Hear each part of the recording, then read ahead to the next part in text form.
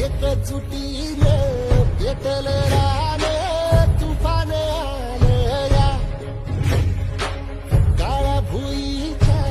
भेटीला हे आभाळ आलं या वेगाळ माय मातीच्या ह्या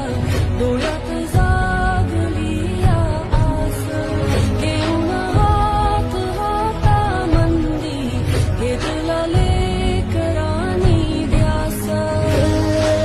लई दिसानी भारल्या वाणी